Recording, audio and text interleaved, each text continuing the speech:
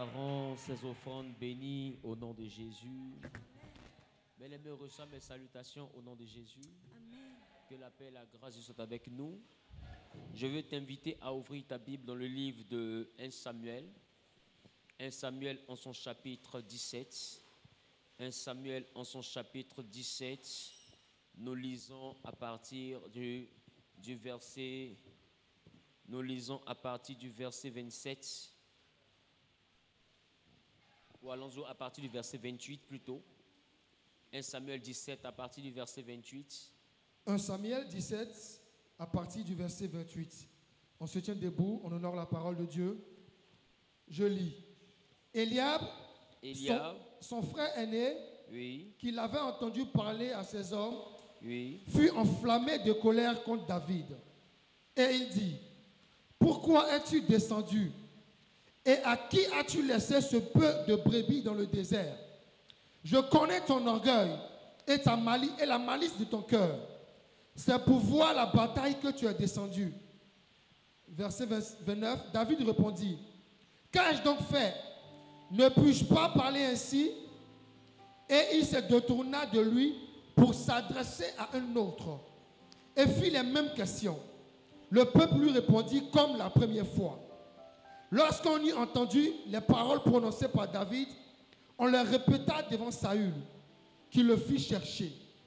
David dit à Saül, que personne ne se décourage à cause de ce Philistin. Ton serviteur ira se battre avec lui. Ton serviteur ira se battre avec lui. Saül lui dit, tu ne peux pas aller te battre avec ce Philistin. Tu ne peux pas aller te battre avec ce Philistin. Car tu es un enfant. Oui. Et il est un homme de guerre dès sa jeunesse. Oui. David lui dit, je courrai après lui, je le frapperai et j'arracherai les brebis de sa gueule.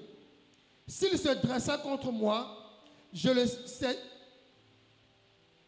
David dit à Saül, ton serviteur faisait paître les brebis de son père, et quand un lion et un ours venaient enlever une du troupeau, je courais après lui, je le frappais et j'arrachais la brebis de sa gueule. S'il se dressa contre moi, je le saisissais par la gorge et je le frappais et je le tuais. C'est ainsi que ton serviteur a terrassé le lion et l'ours, et il en sera de même de ce Philistin, de cet incirconcis, comme de l'un d'eux, car il a insulté l'armée du Dieu vivant. Alléluia. Amen. Assieds-toi dans la présence de Dieu.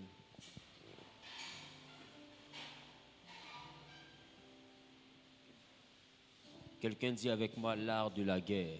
L'art de la guerre. Vous savez, c'est un enseignement qui risque de nous prendre 3 à 4 vendredis, mais que je veux prendre le temps d'introduire aujourd'hui. Alléluia. Que Dieu me vienne en aide. Bien-aimés,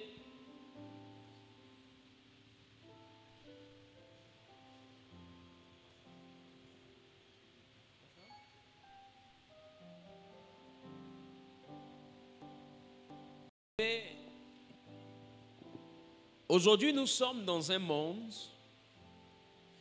et ce monde demande, depuis le livre de Genèse, un discernement. Quelqu'un dit discernement. Je prends le livre d'un Samuel chapitre 17 afin de l'utiliser comme prétexte dans le but de faire comprendre quelque chose que je vais enseigner pendant près de 4 vendredis. Amen. Quelqu'un dit avec moi l'art de la guerre. Vous savez, en Genèse, quand Dieu a créé les cieux et la terre et qu'en 6 jours, il a tout créé et qu'il a même créé un homme à son image et à sa ressemblance, la Bible me dit que quand Dieu va créer l'homme, il va dire à l'homme, domine. Amen. Amen. Domine et assujettis. Quelqu'un dit domine et assujettis. Vous savez, si j'étais à la place d'Adam et que je me retrouvais dans un monde où j'ai été créé, je suis seul, et qu'on me demande de dominer, j'allais demander à Dieu, dominer sur qui? Parce que pour qu'il y ait domination, il faut qu'il y ait opposition. je veux faire comprendre à quelqu'un, l'opposition n'existe pas parce que le péché existe. L'opposition existe avant que le péché n'existe. Non, ne pense pas. Je ne suis pas venu parler de ton état avec les erreurs que tu as. Je suis venu te parler de la réalité du monde dans lequel nous vivons. Nous vivons dans un monde où tout s'obtient par le combat. Nous vivons dans un monde où tout s'obtient par la domination. Nous vivons dans un monde où nous devons dominer. Et de par l'expérience, j'ai appris que quiconque ne domine pas est dominé. J'ai appris par l'expérience avec Dieu qu'il n'y a donc pas de milieu. Soit tu es dominé, soit tu domines. Soit tu es influencé, soit tu influences. Mais la neutralité est une chose que je n'ai pas encore eu le temps de constater dans les choses de Dieu depuis que je le prêche. J'ai donc compris, tu ne peux pas devenir qui tu dois devenir si tu ne sais pas mener une bataille.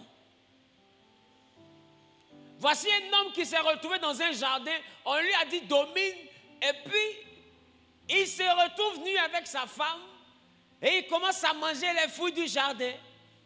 Et pour lui, il néglige le combat, il néglige, tu sais, Dieu est le concepteur des langues. Donc quand lui, il utilise un mot, ce mot-là veut dire tout ce que ça veut dire. Est-ce que je parle à quelqu'un? Quand lui te dit, rien ne pourra te nuire, rien là signifie tout ce que lui conçoit comme étant rien. Donc si lui te dit domine, c'est parce qu'il sait qu'il y a adversité. Et les deux se retrouvent dans le jardin en train de vivre comme des personnes à qui on n'a pas dit domine. Comme des personnes qui se disent que la vie est normale, tout est cohérent, et d'ailleurs, tout va bien. Et on voit des personnes qui ne croient pas au combat, qui ne croient pas aux réalités du monde spirituel. Quand tu les vois, ils essaient de tout expliquer avec l'intellect, tu les essaies de tout expliquer avec l'expérience, ils essaient de tout expliquer avec soi-disant la sagesse. Mais j'ai envie de te dire, nous sommes dans un monde où tout s'obtient sur la base du combat. Quelqu'un dit le combat. Même pour venir au monde, la science nous a appris que lorsque la semence est relâchée dans l'entraille d'une femme, ce sont des millions et des millions d'individus qui se mettent à courir dans le but de féconder. Mais il y a un seul élément, une seule semence qui sera capable de devenir le fœtus. Et quand cette semence-là entre au niveau de l'ovule, bizarrement, les autres semences meurent. C'est pas ça? C'est pas ça? Ça veut dire que tu ne peux pas venir sur cette terre si tu n'as remporté aucune bataille. Je reprends. Personne ne vient sur cette terre sans préalablement avoir remporté une bataille. Le combat et la victoire sont à l'origine de ta présence sur la terre. Tu ne peux pas être sur la terre si tu es un défaitiste. Tu ne peux pas être sur la terre si tu es un perdant. Les perdants n'ont pas vu le jour. Voilà pourquoi la Bible dit que ceux que Dieu a connus d'avance. Parce que dans le sein de la mer, il y a beau avoir des millions d'individus, mais il y a un seul que Dieu a connu d'avance. Alors si tu viens sur la terre, il faut comprendre que tu es venu d'abord avec l'identité de vainqueur. Si la bataille a commencé depuis le sein de ta mère, Alors j'ai envie de te dire qu'en réalité ce n'était que la répétition du monde dans lequel tu allais aller, parce que Dieu sait que dans le monde où il va t'envoyer, il faut que tu sois un élément solide. Alors pour se rassurer de ta solidité, le combat commence depuis là-bas, afin que tu lui montres combien de fois tu es capable de te battre. Et quand il voit combien de fois tu es capable de te battre, alors il décide de t'envoyer sur la terre, parce que ne vivent sur la terre que ceux qui savent se battre.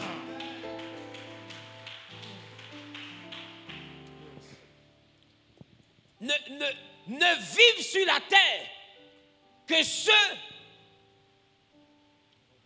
qui savent se battre. Dis à ton voisin, ne vivent sur la terre que ceux qui savent se battre. Donc ne pense pas que tout viendra à toi de manière normale. Ne pense pas que tout viendra à toi de manière simple. Le combat est l'art du combat, l'art de la guerre est la chose qui te permettra de triompher. Et d'ailleurs, quand Jésus est venu, notre référence à nous, il dit ne croyez pas que je sois venu. C'est ça? C'est ça? Est-ce qu'on peut essayer de voir ça? Il dit quoi? Il dit ne croyez pas en Matthieu chapitre 10, le verset 34. Il dit quoi? Matthieu chapitre 10, verset 34. Oui. Il dit, ne croyez pas que je sois venu. Ne croyez pas que je sois venu apporter la paix sur la terre. Je ne suis pas venu apporter la paix. Vous voyez, quand Jésus arrive, tout le monde se dit, ah, on l'appelle Shalom. Donc ça veut dire qu'il vient apporter la paix. Maintenant, celui-ci qui on comptait pour apporter la paix, lui vient nous dire qu'il y a un principe que lui ne va pas bannir. Ça veut dire qu'Adam a combattu, il a échoué. Tout le monde a combattu son combat. Maintenant, quand Jésus arrive, Jésus sait que nous serons tentés de croire qu'à cause de lui, il n'y aura plus de combat. Il dit, hé, dis à ton voisin, hé. Il dit, ne crois pas. Ça veut dire, ne t'imagine pas. Ne pense pas. Il ne faut même pas te faire d'illusions. La notion du combat. Je ne suis pas venu pour que tu aies la paix. D'ailleurs, moi, je suis venu pour aggraver la guerre.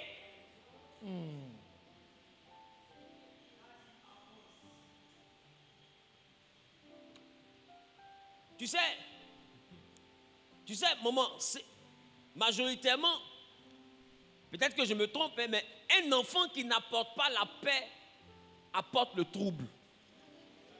Quand on dit cet enfant-là ne m'accorde pas de paix, ça veut dire quoi? Ça veut dire quoi?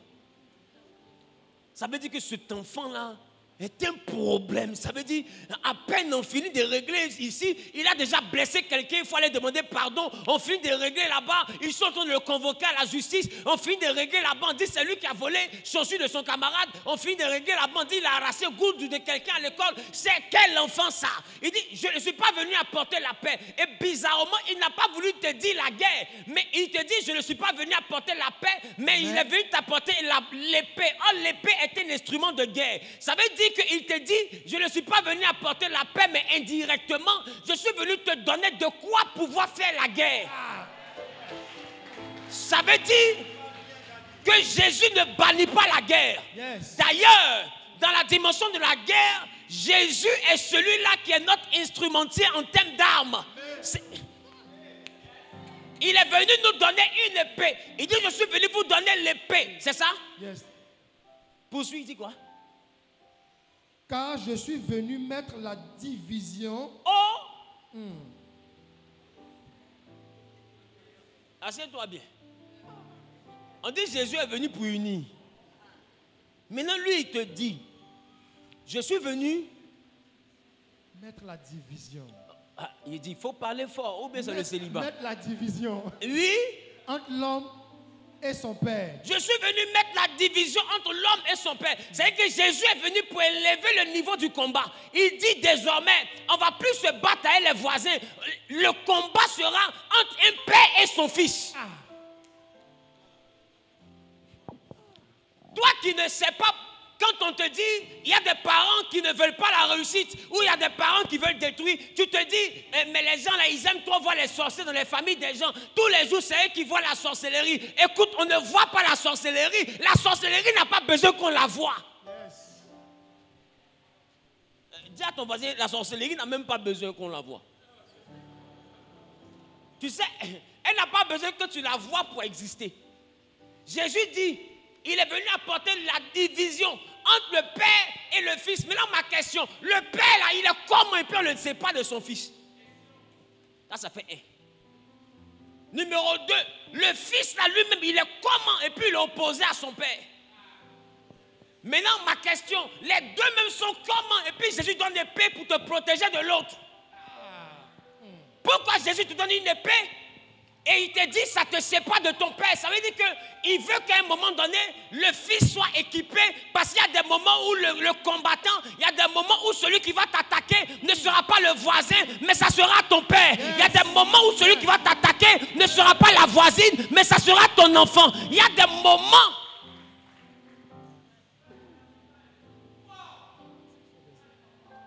Il y a des moments dans la vie où la personne qui t'a allaité est la personne qui souhaite ta mort. Et Jésus te dit, je ne sais pas bien lire, il faut lire s'il te plaît. Car je suis venu mettre la division entre l'homme et son père, entre la fille et sa mère. Dis avec moi, la fille et sa mère. Quel est le rapport encore qu'il y a entre la fille et la mère? Mais il poursuit, il dit quoi? Entre la belle-fille et sa belle-mère. Maintenant, toi, tu veux que forcément ta belle-mère t'aime la même. Toi-même, faut voir. On dit eux-mêmes, ils sont de même famille, ils ont pris épée les uns contre les autres. C'est toi qui es quitté d'une autre famille là. C'est toi, ils vont louper. Yes.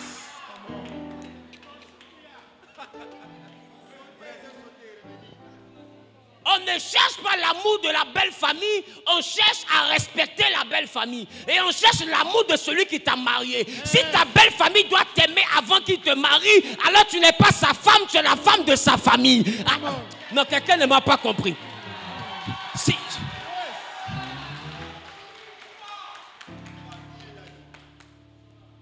Tu dois les respecter. Mais ils ne sont pas obligés de t'aimer. Ce qu'il a dit là, c'est compliqué. Parce que tu n'es pas leur choix. Voilà pourquoi, quand on vient faire ta dot, on te demande toujours, le monsieur là, est-ce que tu veux le suivre? C'est toi qui veux. Et nous là, nous on va avec lui parce que toi tu veux. Donc, cette histoire de belle-mère,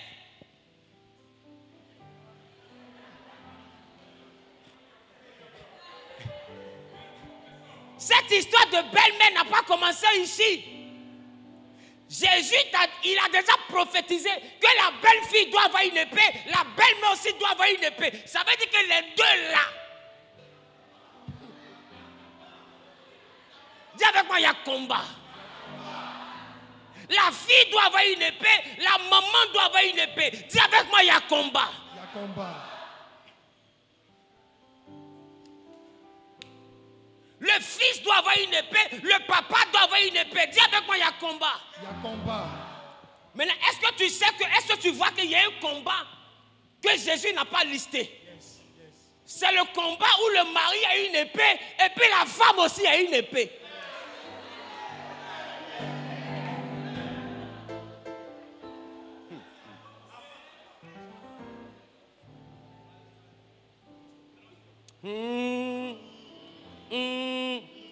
Ce genre de combat, on ne les mène pas vers la stratégie. Parce que ce genre de combat, il ne peut pas te donner une épée parce que c'est comme si tu te battais avec toi-même.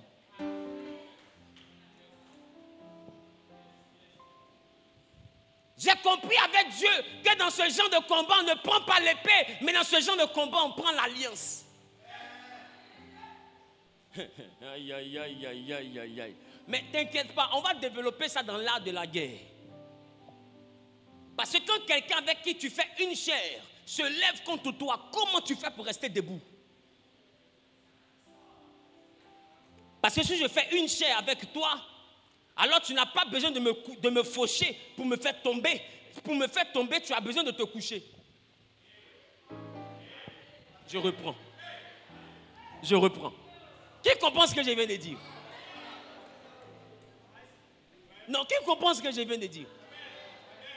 Si je fais une chair avec toi, si je fais une chair avec une personne, je refuse ça. Si je fais une chair avec une personne, quitte là-bas aussi. C'est quel problème vous avez? Bon, je parle ici. Si je fais une chair avec une personne, ça veut dire que la personne c'est moi et moi c'est la personne. Non, la personne n'a pas besoin de me faucher. Pour que je tombe, la personne a besoin de se coucher. Parce que si la personne se couche, c'est moi qui suis couché. Dans ce cas-là, comment te battre? Comment te battre quand le sorcier est en toi? C'est pourquoi je vous dis que c'est tout un art que j'ai appelé l'art de la guerre. Parce que beaucoup parmi vous, vous sortez détruits de vos combats. Parce que deux fois, c'est un meilleur ami qui s'est levé, vous ne savez pas vous défendre.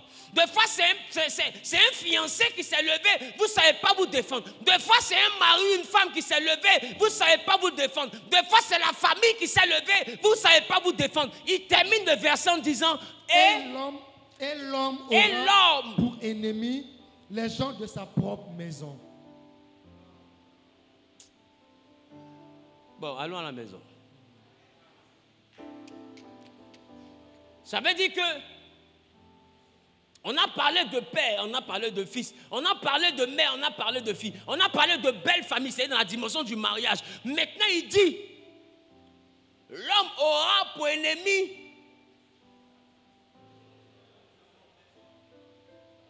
je reprends.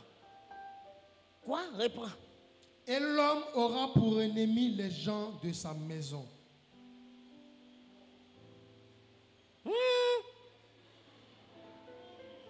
C'est où on s'en va?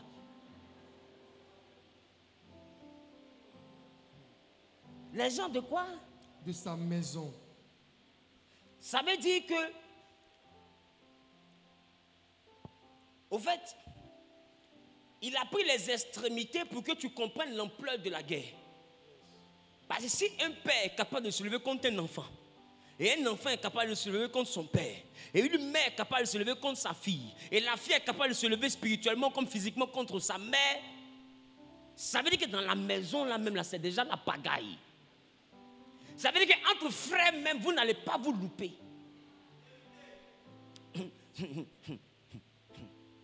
C'est pourquoi j'ai envie de te dire, il faut bien écouter le langage de celui que tu appelles ton frère. Parce que quand quelqu'un dans l'art de la guerre commence à t'appeler ton demi-frère, il faut comprendre qu'il t'a déjà dit, si tu es son frère à moitié, l'autre moitié là, tu es son qui?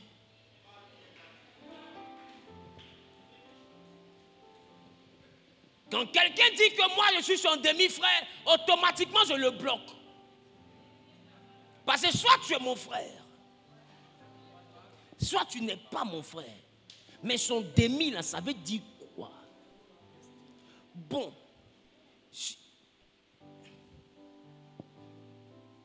Voici la bouteille. Si tu es mon frère à moitié, l'autre moitié, là, tu es qui? Est-ce que vous comprenez? Soit tu es mon frère, ou tu n'es pas mon frère. Et c'est là que vous voyez que dans des familles, les gens cèdent par rapport à même père, même mère. Parce qu'en réalité, et dans les familles, les gens font la rivalité. Qui va réussir? Quel groupe va réussir avant quel autre groupe? Et vous voyez que la bataille est déjà existante. Je veux vous dire, la Bible dit, Jésus te donne l'épée. Maintenant, regarde ce que la même parole de Dieu dit. Regarde. Aïe, aïe, aïe, aïe, aïe, aïe, aïe. J'aime la parole de Dieu. Qui aime la parole de Dieu? Regarde ce que la Bible dit.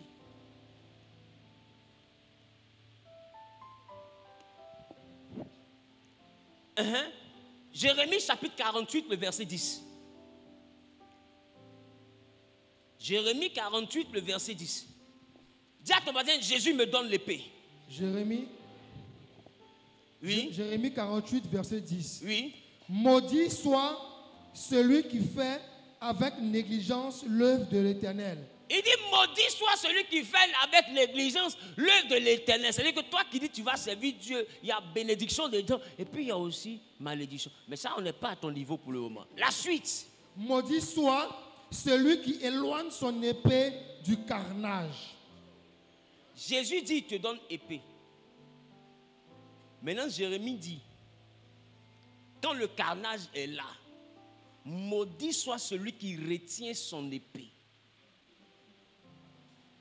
Or, Jésus dit, il est venu donner l'épée pour te séparer de ton père et pour séparer de fois le père de son enfant. Et puis Jérémie dit, il y a une malédiction quand la guerre se déclenche et puis tu retiens ton épée.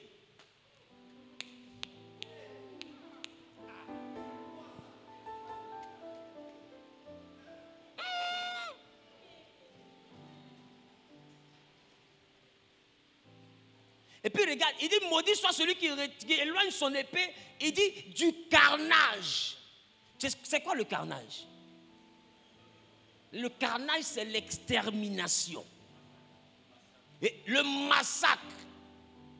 Est-ce que vous savez que le premier roi d'Israël, appelé Saoul, a été vomi à cause de ça? On lui a dit détruis tout. Il a détruit tous les Amalécites. Il a laissé le roi qu'on appelait Agag. Et il a laissé les jolis moutons, les jolis bœufs et ceux qui peuvent être esclaves. Samuel lui a dit,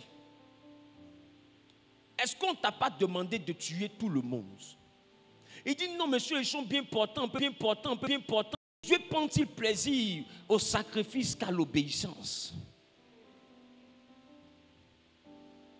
Voilà comment Saoul va perdre la royauté. Qu'est-ce que la Bible est en train de dire? La Bible est donc en train de dire qu'il y a une dimension du combat où il n'y a pas de compassion.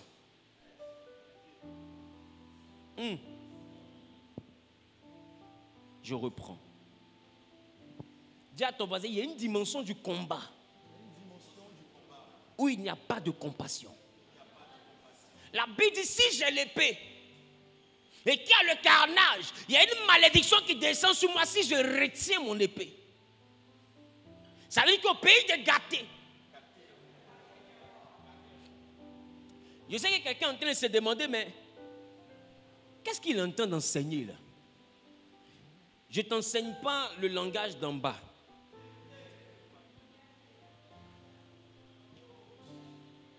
Le langage que je prêche là maintenant, c'est le langage d'en haut.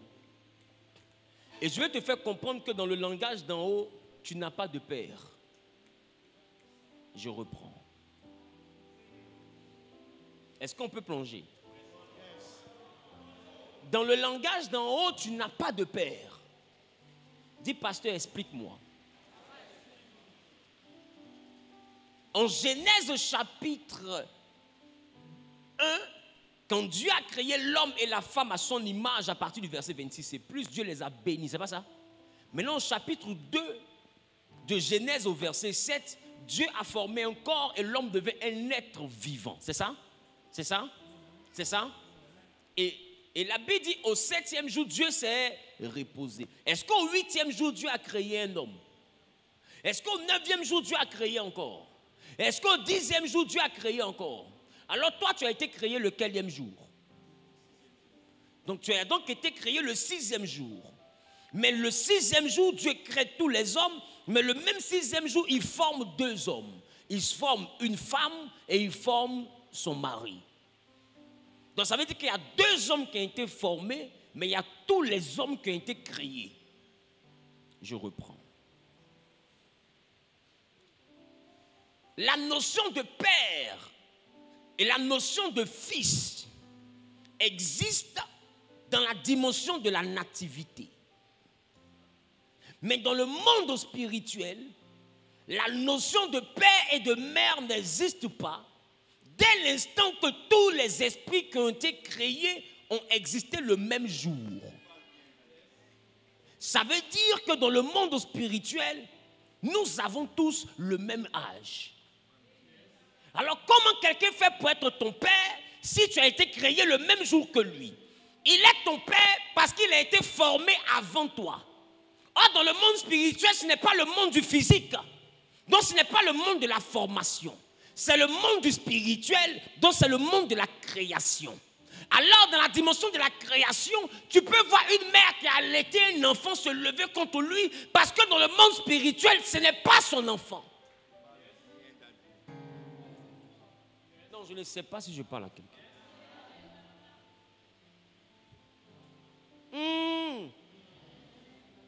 Tu peux être une femme qui met un enfant au monde et il est dans ton ventre, mais dans le monde spirituel, cet enfant peut se lever contre toi et tu peux mourir sur la table d'accouchement parce que cet enfant est d'une autre dimension. Tu as mis son corps au monde, mais tu n'as pas mis son esprit au monde. Tu ne peux pas mettre un esprit au monde. Donc tu es le père du corps, mais tu n'es pas le père de la dimension spirituelle.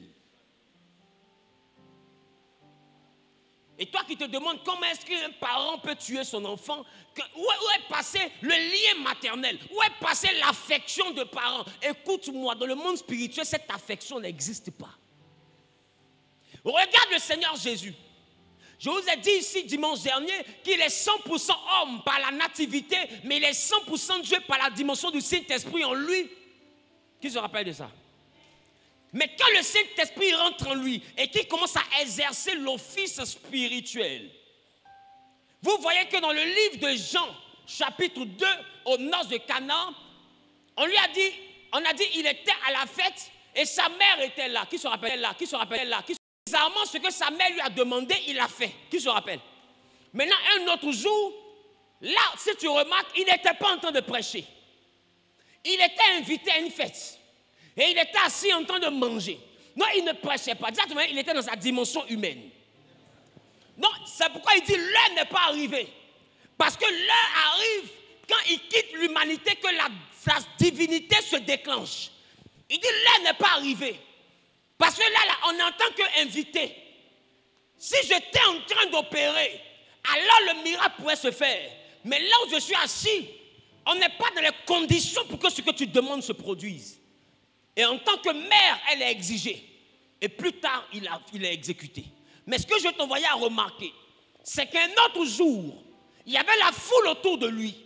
Et ce jour-là, il enseignait. Il était en train de prêcher. Qui était là ce jour-là? Et on a envoyé les gens venus l'appeler pour dire, Maître, ta mère et tes frères t'appellent. Puisqu'il est dans une dimension d'en haut. Regarde la réponse qu'il donne.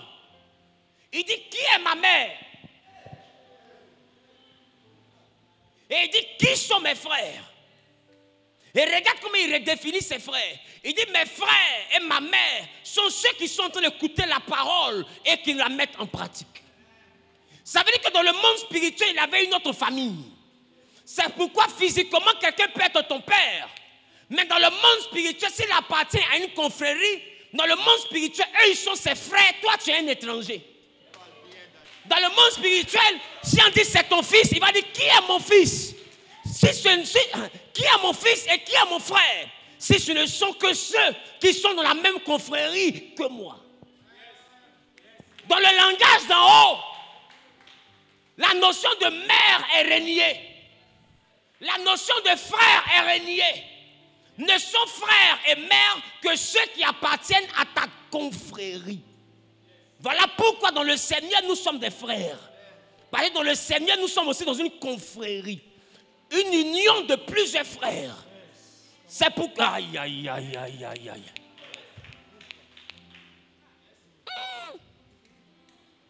Donc, ce que toi, tu appelles parents, physiquement, dans la Bible, dans le langage d'en haut, on dit qui est mon père? C'est pourquoi moi j'ai dit à ma mère, tu as mis Wilfrid Amagou Zahui au monde. Mais femme, attention, tu n'as jamais mis le prophète Zahui au monde. Cet esprit-là, tu le connais ni d'Adam, ni d'Ève. Ça dit que tu peux te retrouver contre moi dans le ministère et je peux te faire partir. Il ne faut pas t'amuser. Reste dans ta dimension mère et laisse-moi dans ma dimension prophétique. Tu ne peux pas intervertir les rôles. Tu es la mère de Wilfrid, mais tu n'es pas la mère du révérend Wilfrid. Le révérend Wilfrid et Wilfrid, ça fait deux personnes.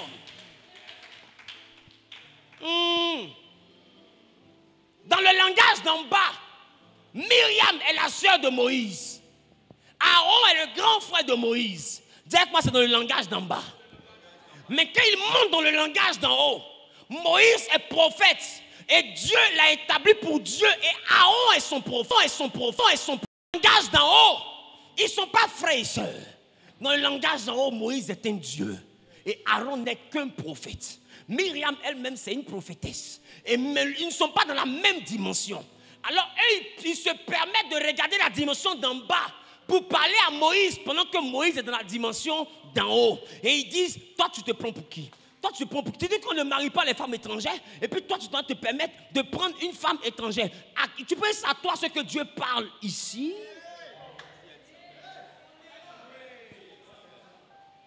La Bible dit, sa propre grande sœur, à cause de ce qu'elle a dit, Dieu l'a frappé de lèpre. Moïse a commencé à pleurer devant Dieu.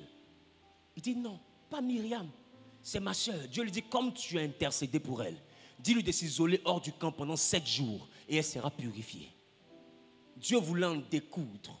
Parce que dans le langage d'en haut, Moïse n'est pas son petit frère. Dans le langage d'en bas, il est son petit frère. Mais quand il monte dans la dimension du prophète Moïse, il n'est pas son petit frère. Parce que dans la dimension esprit, l'esprit de Moïse est un esprit majeur. Il y a des esprits majeurs et des esprits mineurs. Ils n'ont pas le même esprit. Donc, il faut comprendre le langage d'en haut et le langage d'en bas.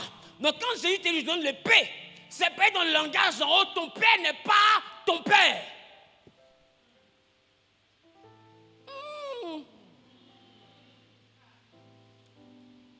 Ton père ou ton enfant, s'il appartient à une confrérie, est plus membre de la confrérie que membre de ta famille. Si sa confrérie lui demande de donner tes trompes, il va donner tes trompes. Il oubliera que tu es sa mère. Si la sorcellerie demande à ta maman de te donner, elle te donnera. Elle oubliera que tu es son enfant. Dans le langage d'en haut, il n'a pas le même entendement que le langage d'en bas. Et quand je te parle de l'art de la guerre, c'est parce que quand nous vivons sur la terre, nous vivons en même temps dans les deux mondes. En même temps qu'on est en bas, en même temps on est en haut. Il y a des moments où en bas et en haut s'entremêlent. On ne sait plus trop faire la différence. Mais ce qu'on ne comprend pas, c'est comment des gens qui s'aiment en bas peuvent se combattre en haut. C'est parce que vous ne séparez pas les eaux d'en bas d'avec les eaux d'en haut. Voilà pourquoi Dieu a séparé au commencement les eaux d'en bas des eaux d'en haut. Parce que ce qui est d'en bas réfléchit à la mentalité d'en bas. Mais ce qui est d'en haut comprend la vie selon là-haut. C'est pourquoi tu dois séparer le physique du spirituel. Ton père physiquement est différent de ton père dans le ciel.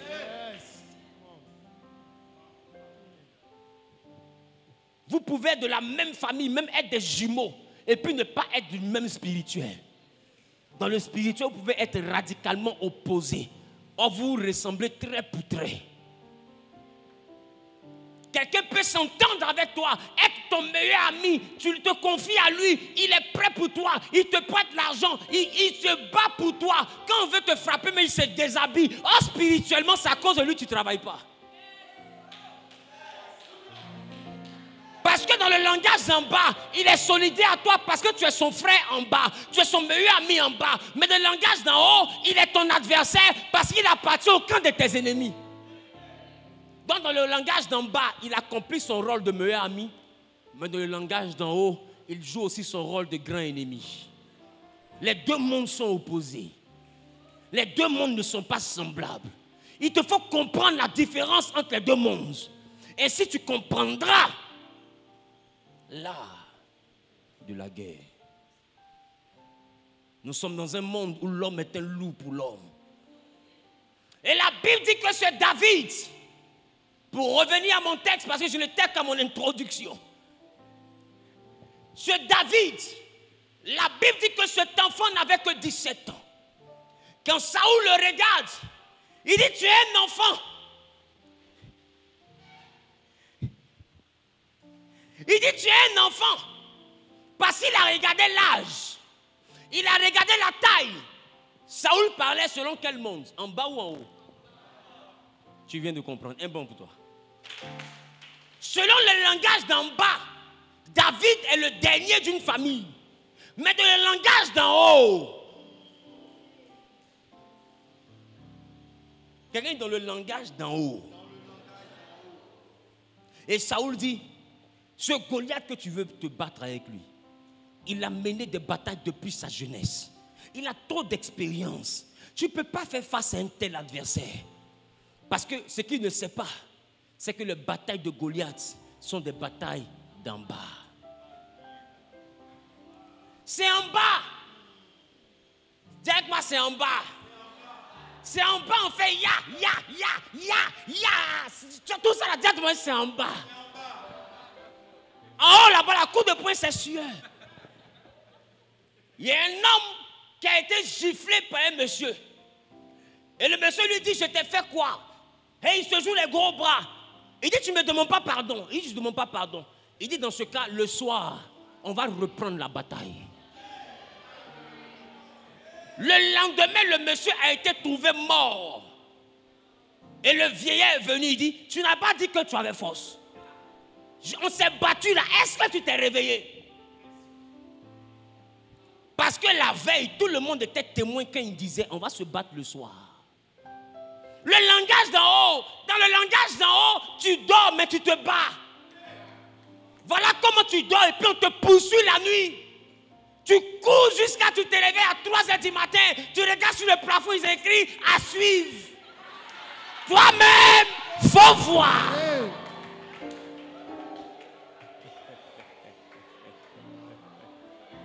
Dis avec moi le langage d'en haut. Beaucoup parmi vous, ton corps dort, mais quand tu te réveilles, tu respires, on dirait cheval de PMU. On dirait que tu as couru pendant 400 heures. Ma question, est-ce que ton corps avait bougé? Mais pourquoi tu respires? Pourquoi tu sens la fatigue? Parce que tu as couru en haut. En haut et puis en bas se mélangent. Il y a des courses que tu mènes en haut, dont la fatigue te rattrape en bas. Et des fois, tu te bats dans tes rêves, on te tape, tu te réveilles le matin, la trace est sur toi. Laisse-moi te dire, dans le langage en bas, David était un enfant. Mais dans le langage d'en haut, il n'était pas un enfant. Voilà pourquoi, selon l'expérience d'en bas, quand Goliath avançait, l'armée d'Israël reculait. Parce que eux, ce sont des combattants d'en bas. Or, d'en bas, personne n'a la taille de Goliath. Or, ce qu'ils oublient, Saoul est le plus grand des enfants d'Israël. Ça veut dire que Saoul, c'est la version Goliath d'Israël. Le jour où on l'a consacré, qui se rappelle de ça? La Bible, quand il s'est levé, il était plus élevé en taille que tous les enfants d'Israël. C'est pas ça? C'est que Saoul était grand. Normalement, si on dit qu'il y a un grand qui vient se battre contre le pays des coups, qui vient devant? C'est Saoul, on doit le pousser pour dire, va, parce que vous avez même taille. Mais Saoul recule. Et qui décide de partir? David. Mais David a quelle taille? La Bible dit que c'était un homme de petite taille. Pour ceux qui ne savent pas, David a raté nez. Je vous dis la réalité. David a raté nez. Tu vois quand quelqu'un a raté nez, tu vois comment il est petit d'une manière. David a raté nez. Donc imagine un gars qui a raté nez devant un géant. Voilà pourquoi quand Goliath l'a vu, Goliath l'a insulté. Il dit, mais Israël se fout de moi. Envoyez-moi un soldat.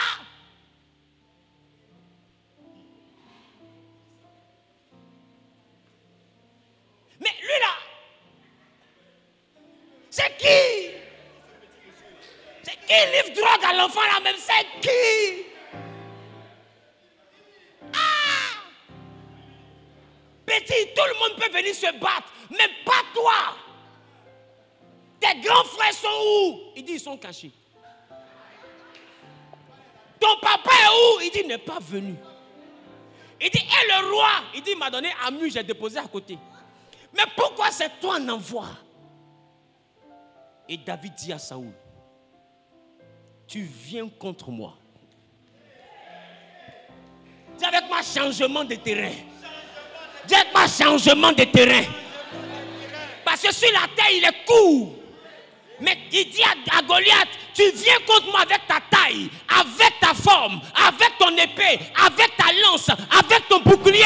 Mais moi, je viens contre toi au nom de l'Éternel des armées, le Dieu de là-haut. Je viens vers toi avec la dimension d'en haut. Quelqu'un dit d'en haut. D'en bas, je suis un enfant. D'en bas, je suis né. Mais en haut,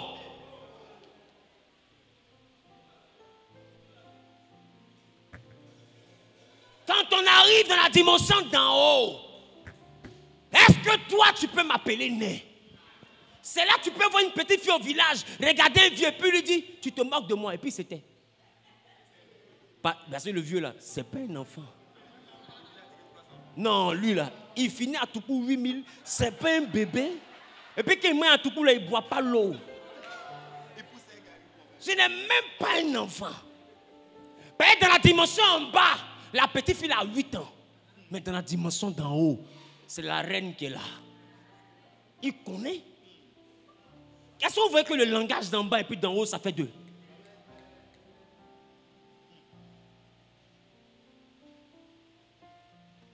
Et la Bible dit, David a déclenché la dimension d'en haut. Il dit, moi je viens contre toi au nom de l'Éternel des armées. Oh, l'Éternel des armées, c'est le Dieu de là-haut.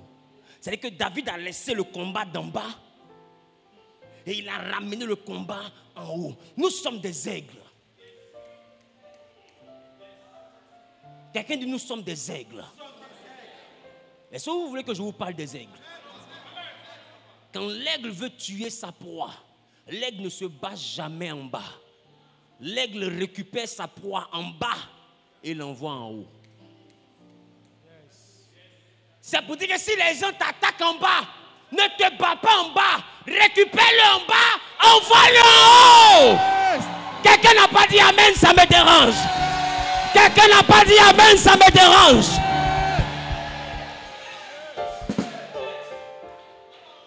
En bas, tu peux me frapper. En bas, tu peux me renvoyer. En bas, tu peux gâter mon travail. En bas, tu peux me calomnier. Mais en haut, quelqu'un dit en haut. Dis avec moi, changement de territoire. C'est là que tu as l'île. Alors David s'est battu comme un aigle. Avant que le combat n'arrive, il a pris Goliath dans le monde spirituel et il l'a envoyé en haut. Goliath ne sait plus que le combat a changé. Voilà pourquoi Goliath est mort 2 fois. Vous n'avez jamais lu ça dans la Bible, mais c'est écrit. Voilà pourquoi Goliath est mort 2 fois. Venez, on va lire.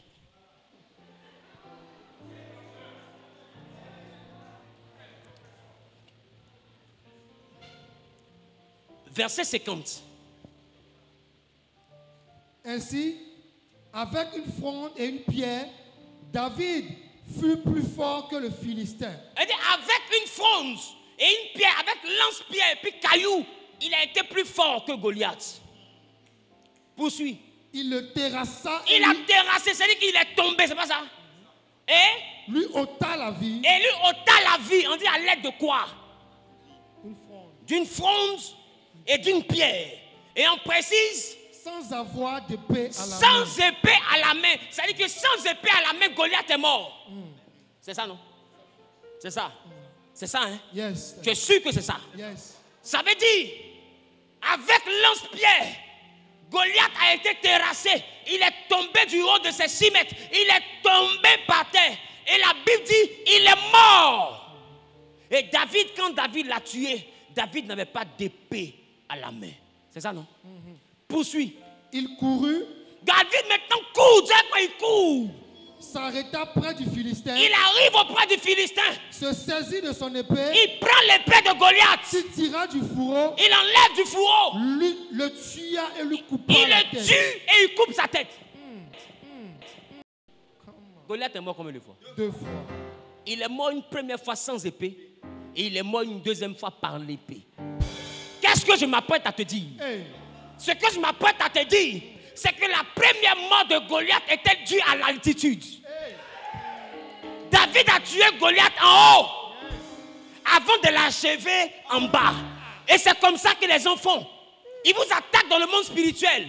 Tu es déjà mort dans le monde spirituel. Et puis dans le monde physique, 2 mois après, tu meurs. Ils te tuent d'abord en haut et après, ils te tuent en bas. Tout Goliath qui se respecte meurt 2 fois.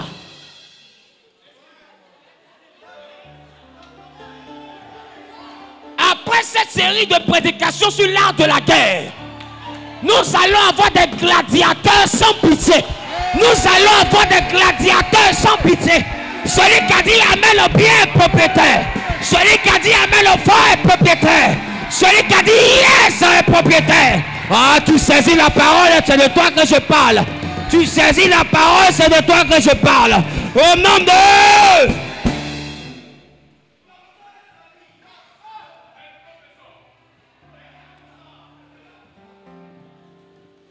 Il y a des gens qui t'attaquent en bas. Tu dois les envoyer d'abord en haut.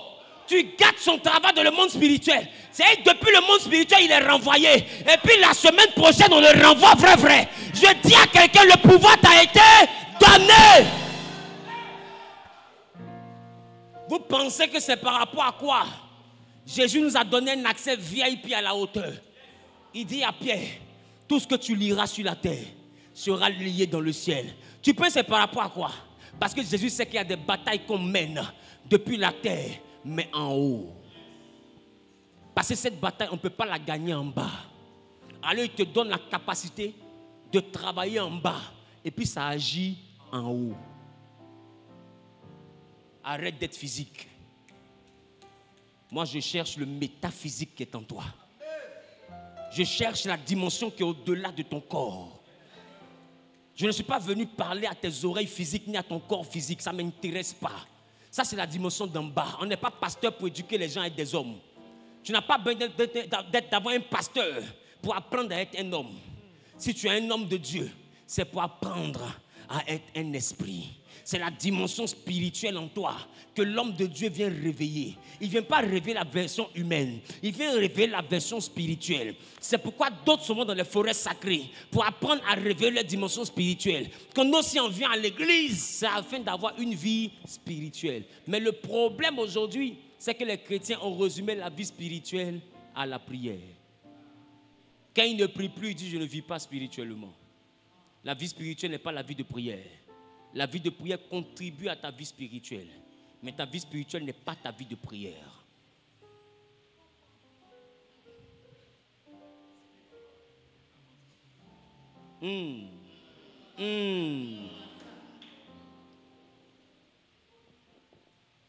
Tu vis spirituellement parce que tu arrives à vivre au milieu des esprits.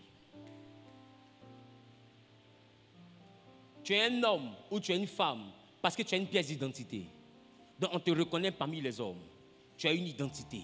On sait tu es le fils de qui. On sait tu habites où. On sait tu fais quoi. Et tu arrives à me voir parce que je suis aussi un homme. Tu arrives à voir ton quartier parce que ton quartier est dans la dimension d'en bas. Tu arrives à voir les choses. Tu arrives à arriver chez toi, entendre quelqu'un qui te critique. Si tu étais, ton oreille est proche parce que tu es humain. Donc ton oreille a besoin d'une certaine distance pour entendre. Vrai ou faux? Et dans le monde spirituel, il y a aussi une vie. Et dans cette vie, tu as des oreilles spirituelles, tu as des yeux spirituels, tu as une bouche dans le monde spirituel, tu as des pieds dans le monde spirituel. Et j'ai envie de te dire, dans le monde spirituel, quand tu veux marcher, c'est trop lent. Dans le monde spirituel, on ne marche pas. Dans le monde spirituel, on vole.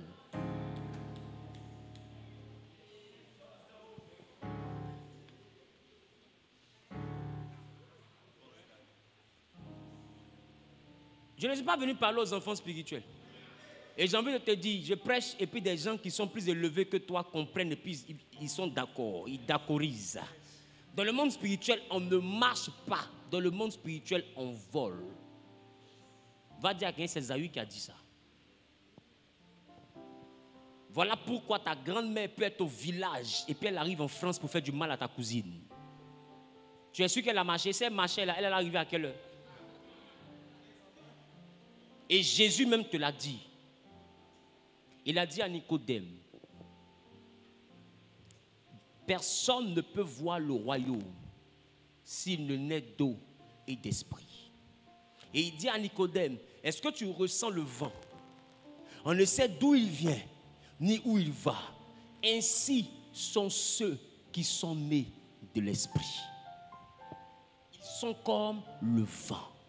Maintenant ma question, est-ce que le vent marche? Le vent souffle. Ça veut dire que nous nous déplaçons dans le vent. Je ne sais pas si quelqu'un comprend ce que je dis. On dit que quand tu nais d'en haut, tu es comme le vent. Voilà pourquoi la Bible déclare qu'il fait de ses serviteurs et de ses servantes des vents. La Bible sait de quoi elle parle. Et voilà pourquoi vous allez remarquer dans le livre de 1 Roi, chapitre 17 et plus, vous allez remarquer l'histoire d'un homme qu'on appelle Élie le Tishbite. Il a dit qu'il n'allait pas pleuvoir pendant 3 ans et demi. Qui se rappelle de ça? Et un autre jour, il monte sur la montagne et il prie pendant, à la 7e fois, on voit un nuage sous forme d'une main. Qui se rappelle de ça? Et il dit à son serviteur, son fils spirituel, va dire au roi de monter sur son char, car il souffle un vent qui annonce la pluie. Qui se rappelle de ça? Et le roi avait un char, et le roi a couru sur son char. Le char est comme un véhicule aujourd'hui. C'est-à-dire que le roi avait voiture. Et la Bible dit que pendant que le roi partait, Élie n'avait pas de char. Élie est descendu de la montagne. La Bible dit, il a pris sa ceinture, il a attaché ses reins. Et la Bible dit, Élie a commencé à courir. Mais la chose qui est bizarre, le roi arrive à l'entrée d'Israël et il trouve Élie devant la ville. Or, pendant qu'il était sur son char, il n'a pas vu Élie le dépasser. Je t'explique ce qui s'est passé. Harry Potter. Ça veut dire que pendant que Akab partait sur son char, Élie a attaché sa ceinture et il a commencé à courir. Et pendant qu'il courait, il s'est mêlé au vent.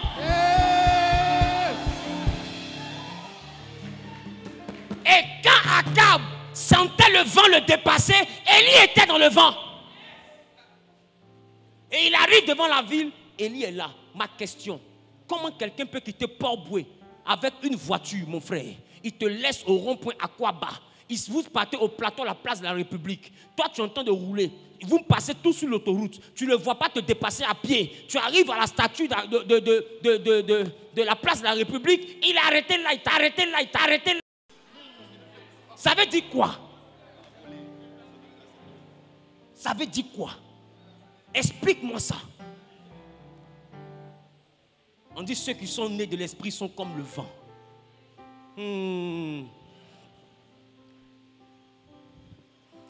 Dis prophète, explique-moi. D'ailleurs, esprit veut dire pneuma. Ce qui veut dire souffle. Et ce qui veut dire vent. Donc, esprit, c'est le vent. Oh. Quand Dieu a formé l'homme, il a mis son esprit où?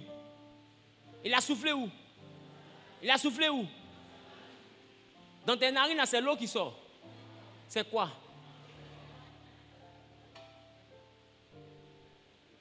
Ça veut dire que si tu veux toucher l'esprit, mets ton doigt devant les narines. Ce qui sort là, c'est ça qu'on appelle l'esprit. C'est ce que Dieu a mis dans les narines. Et il dit, mon esprit ne restera pas jamais dans l'homme. La respiration. Donc l'homme prend son esprit, libère son esprit, reprend son esprit, libère son esprit. Et j'ai envie de te dire, c'est même pas ce mouvement que l'homme réfléchit. Parce que l'inspiration est un mouvement respiratoire. Dans la respiration, il y a 2 mouvements. Il y a expirer, qui est le symbole numéro 1, de faire sortir l'air des poumons vers l'extérieur, mais c'est aussi le symbole aussi de mourir. Quand quelqu'un meurt, on dit il a expiré. C'est pas ça? C'est pas ça? Et 2, il y a l'inspiration. Numéro 1, c'est la capacité à prendre l'air de l'extérieur vers l'intérieur. Numéro 2, être inspiré, c'est être fertile dans la pensée. Maintenant, ma question. Pourquoi inspirer est semblable à la fertilité de la pensée?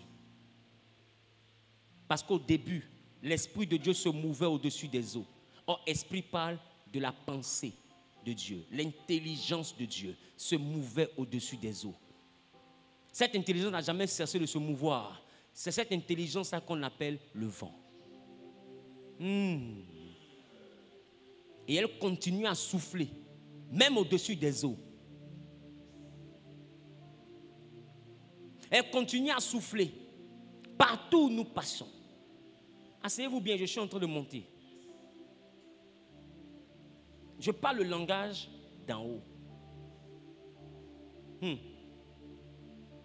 Alors j'ai envie de te dire, à chaque fois que tu expires et que tu commences à inspirer, c'est une autre portion de ce vent, mais de cet esprit, de cette intelligence de Dieu que tu récupères. Voilà pourquoi inspirer est le même mot en respiration qu'en inspiration. Parce qu'à chaque fois que je prends de l'air de l'extérieur vers l'intérieur, en réalité, je prends un mouvement d'inspiration. C'est par là que s'introduisent les pensées. Et j'ai envie de vous dire, c'est par là aussi que le diable aussi met des pensées dans ta tête. Parce que tout ce qui est esprit est comme le vent. Je suis venu pour vous prêcher l'art de la guerre. On a au moins 4 vendredis. Là, je ne suis qu'à mon introduction. Donc, il ne faut pas avoir peur de l'altitude. Mais durant ces moments, je ne vais pas vous prêcher le langage d'en bas. Je vais vous prêcher le combat spirituel tel que pratiqué là-haut. Je vous ai dit que tout Goliath qui se respecte meurt 2 fois. Votre problème, c'est que vous ne savez pas que ceux qui vous attaquent physiquement vous attaquent aussi spirituellement. Ils vous attaquent sur 2 fronts. Vous devez apprendre à vous défendre. Les vendredis, je ne veux pas voir d'enfants spirituels ici. Paul a dit, il y a ce qu'on appelle le lait pour les bébés spirituels. Il y a ce qu'on appelle la nourriture solide. Ce que je vais servir là, il y a croûte dedans. Tout le monde ne mange pas le fond de la marmite. Si un enfant décide de manger le fond de la marmite, c'est qu'il a confiance à sa mâchoire. Je parle à quelqu'un. Je parle à quelqu'un. Donc, si tu penses que tu n'es pas prêt pour les choses d'en haut, rendez-vous les dimanches. Dis à ton voisin, dans ce cas, rendez-vous les dimanches. Je ne veux pas de curieux. Voilà. Parce que ta curiosité ne va pas confirmer mon ministère. Ta curiosité ne va pas infirmer mon ministère. Je reste qui je suis. Mais quand quelqu'un qui a le niveau va comprendre mon message, il va savoir ce que j'explique. C'est toi qui ne vas pas comprendre. Sinon, quelqu'un qui a le niveau va comprendre. Quand un enfant est au CE2, quand on lui dit 2 moins 3, il te dit que c'est impossible. Parce qu'au CP2, on lui a dit, dans 3 oranges, on peut faire enlever 2 oranges.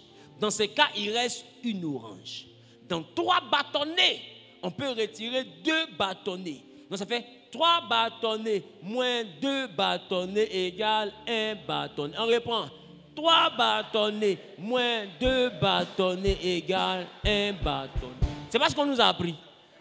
Maintenant, est-ce que tu peux dire à cet élève-là que façon on t'a appris 2 moins 3, non 3 moins 2. Est-ce que tu sais que 2 moins 3 existe? Il va te dire c'est faux. Pourquoi? Parce que sa maîtresse lui a dit, c'est dans 3 bâtonnets, on peut enlever 2 bâtonnets. Mais dans 2 bâtonnets, on ne peut pas enlever 3 bâtonnets. C'est sa classe qui veut ça. La maîtresse n'est pas de lui apprendre ce qui est de son niveau. Mais plus il va avancer à l'école, et qu'il va monter dans les grades, dans les classes, 5e, 6e, etc. Il va passer des examens, il va avoir des examens, il sera grand. Un matin, on va lui dire 2 moins 3 égale moins 1. Mais automatiquement, ma question, quand on lui dit ça, à qui il pense? Qui il guette? Parce que 2 fois à l'école, 2 fois il s'est trompé. Et il a écrit 1. Il dit, tu sais pas, c'était un piège. J'étais piégé. Donc depuis là qu'il voit ça, il dit, c'est un piège. Maintenant, piège l'anti égale moins 1. Mais c'est que les 0 elle m'a donné, elle va me rembourser. Est-ce que je parle à quelqu'un? Tout dépend du niveau. Tout dépend du niveau. Élisée était assis et il a dit à Géasi, quand tu allais derrière Naaman l'Assyrien, mon esprit n'était pas loin de toi. Et Géasi n'a pas vu Élisée, mais ce qu'il ne sait pas, là où le vent bouge, prie, peu à prie. C'est pourquoi vous ne comprenez pas comment quelqu'un fait pour quitter l'Afrique, pour aller opérer aux États-Unis. Tant qu'il y a le vent dans un endroit, un esprit peut se déplacer dans cet endroit. Parce que l'esprit s'entremêle au vent. Est-ce que je parle à quelqu'un? Et c'est parce que Dieu est esprit que vous avez remarqué que dans l'Ancien Testament, ce qu'on donnait à Dieu, on brûlait. Parce que brûler un animal, c'est la seule manière de transformer cet animal et de permettre à cet animal de devenir le vent. Parce que quand je brûle un animal, il devient la fumée. Et la fumée là se mélange au vent. Donc pour que Dieu mange, il faut que la nourriture qu'on lui sert ait la même forme que lui.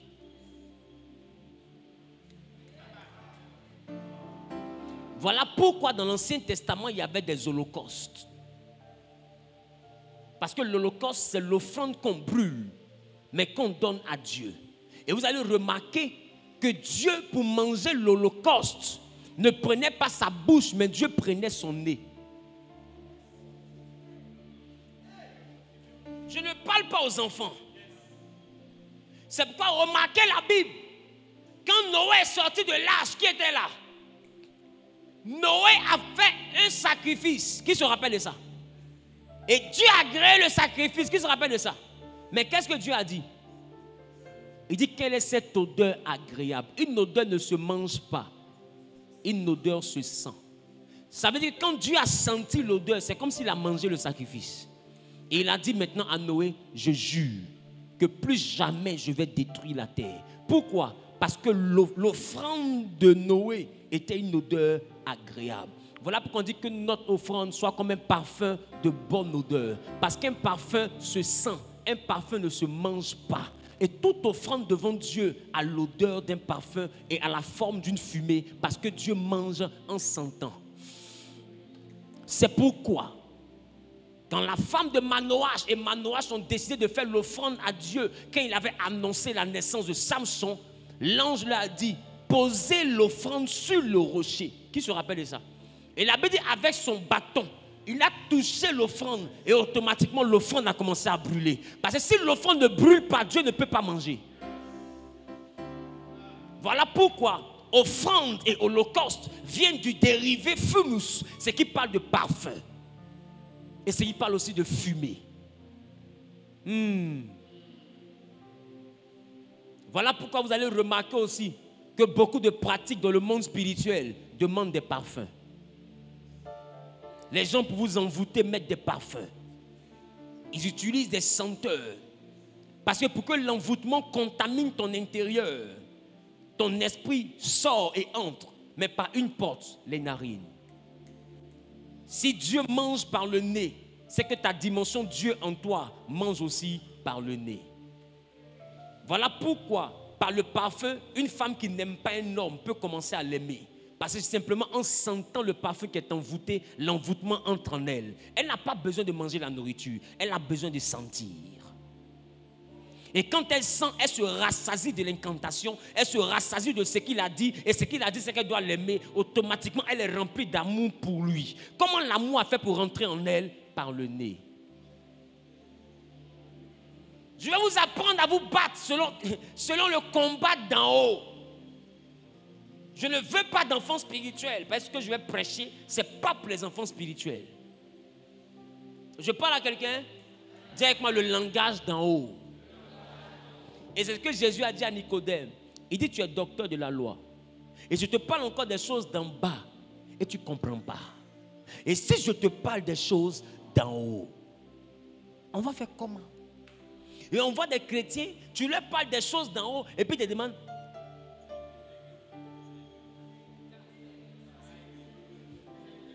ça là, c'est écrit où? ça là, c'est écrit où? Ce que tu dis là, qu'est-ce qui prouve? Mon ami, écoute-moi bien. On peut discuter sur ce qui est écrit, mais on ne peut jamais discuter sur ce que j'ai vécu. Jamais. Maintenant, ma question. Quand les sorciers transforment quelqu'un en poulet ou en mouton, c'est écrit où? Quand eux-mêmes ils confessent pour dire on l'avait transformé en mouton, moi j'ai pris la tête, l'autre a dit j'ai pris la cuisse, l'autre a dit non j'ai pris le dos, c'était écrit où? Dans quel verset c'est écrit qu'on transforme l'homme en mouton pour le manger? Mais est-ce que parce que ce n'est pas écrit, donc ce n'est pas été fait? Le monde spirituel, laissez-moi vous choquer, et au-delà de ce qui est écrit. Qui est choqué? Tu as raison. Maintenant ma question, quand tu prends la Bible, donne-moi un seul verset où c'est écrit esprit humain de sorcellerie. Mais est-ce que parce qu'on n'a pas écrit cela de Genèse à Apocalypse, ça veut dire que l'esprit humain n'existe pas? Donne-moi un seul verset où c'est écrit clairement sirène des eaux. Tu ne trouveras jamais. J'ai lu Genèse jusqu'à Apocalypse et Apocalypse jusqu'à Genèse. Je n'ai pas vu sirène des eaux. On utilise des figures, la grande prostituée, etc., pour essayer d'expliquer la sirène des eaux. Sinon, elle-même n'est pas écrite dans la Bible. Donne-moi un seul endroit où c'est écrit démon guerrier. Mais est-ce que sous tous ces démons, est-ce qu'on ne les trouve pas dans nos vies? Est-ce qu'on ne les trouve pas dans nos églises? Est-ce qu'on ne les trouve pas dans la vie des frères et sœurs? Ma question, c'était écrit où?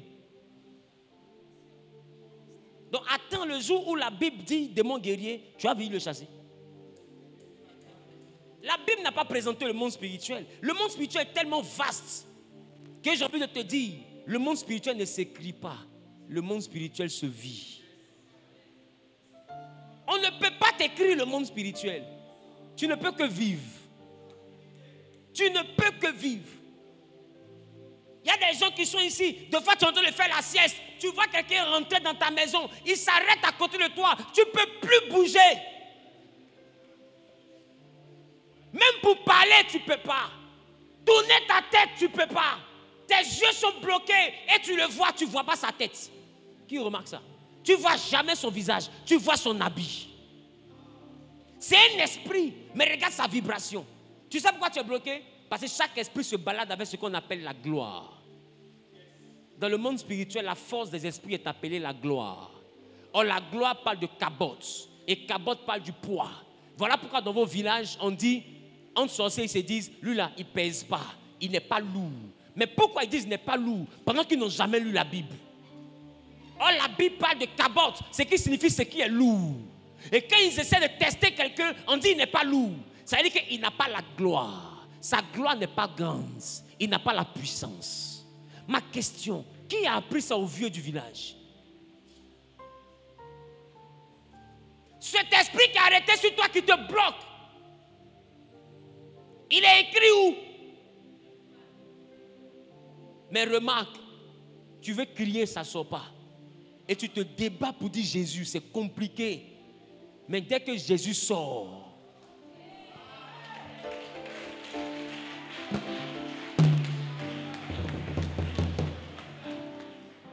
on n'a pas besoin d'écrire le nom des esprits.